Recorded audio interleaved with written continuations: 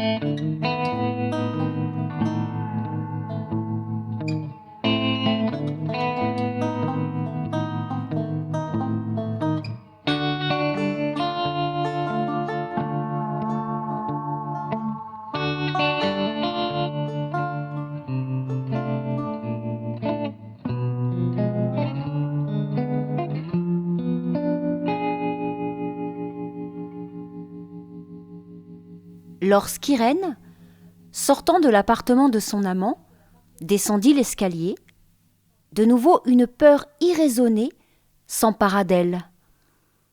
Elle resta les yeux fermés pendant 1 minute. Respirant avidement la fraîcheur crépusculaire qui flottait dans l'escalier. Soudain, à un étage supérieur, une porte claqua. Effrayée, elle se ressaisit et descendit vivement. Elle heurta une femme qui semblait justement vouloir entrer. Cette dernière l'interpella. « Je vous y attrape enfin. »« Bien entendu, c'est une honnête femme. Une soi-disant honnête femme. Elle n'a pas assez de son mari, de son argent, de tout ce qu'elle a. Il faut encore qu'elle débauche l'ami d'une pauvre fille. Je vous connais. Vous venez de chez Édouard, mon ami.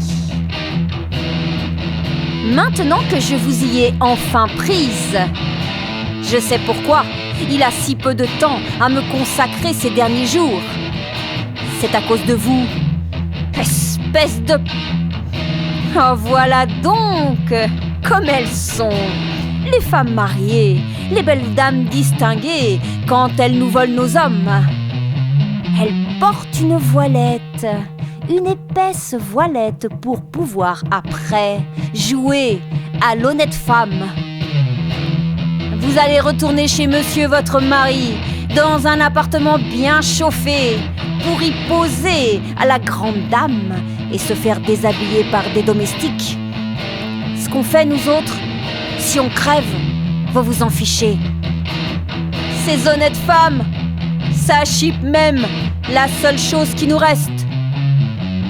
Irène, obéissant à une vague inspiration, plongea dans son sac et prit tout l'argent qui lui tomba sous la main. Tenez, voici. Mais à présent, laissez-moi. Je ne reviendrai jamais plus. Je vous le jure. Irène atteignit péniblement un taxi arrêté au coin de la rue, à la gare du Sud. Vite, vite, dépêchez-vous. C'est seulement alors que la voiture filait qu'elle sentit combien cette rencontre l'avait touchée. Elle joignit ses mains qui pendaient le long de son corps, rigides et glacées comme des choses mortes. Soudain, elle se mit à trembler si fort qu'elle en était toute secouée. Une saveur amère lui monta à la gorge.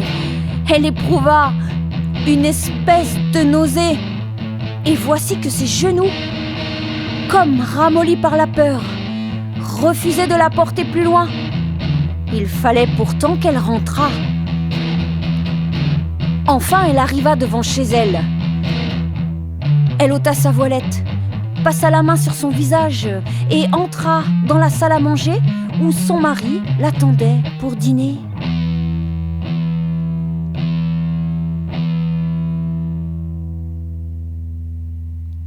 Il est un peu tard, ma chère Irène. Où t'es-tu attardée ? Qu'as-tu donc ? Tu me parais bien nerveuse. Pourquoi gardes-tu ton chapeau ? La bonne servit le dîner. Et ce fut un soir, comme tous les autres. Peut-être un peu plus silencieux, un peu plus froid que d'habitude.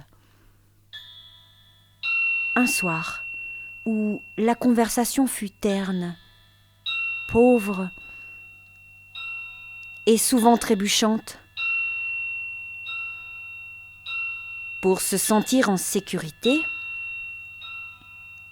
Irène levait la tête et son regard caressait les objets qui l'entouraient. Alors, elle éprouvait un léger apaisement.